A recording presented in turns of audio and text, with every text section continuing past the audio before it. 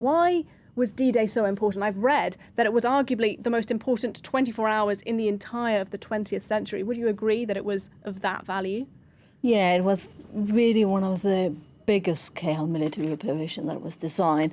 And according to the Allies, it was really the main operation, the decisive operation that would decide the fate of the Second World War. That's why it was called Overlord.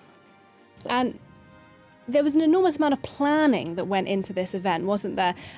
Months of planning in the United Kingdom, building up millions of troops in the country. Talk us through how some of that logistics worked in the run-up to June 1944. Well, first they had to decide which plan would be designed and the balance between the European theatre of operations, and the Mediterranean theatre of operations. And there were arguments between Churchill and the British military headquarters and the American headquarters and Roosevelt. And Roosevelt was originally much more in favor of this overload operation than the British.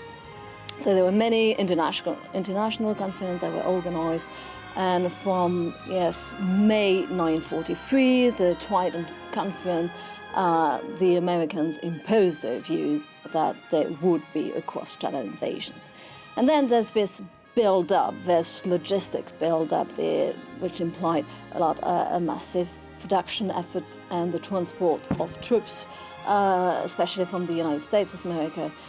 And this build-up was quite slow to start until the end of 1943. There were not that many American troops in the UK, and it's mostly the first 6 months of 1944 that the majority of American troops arrived.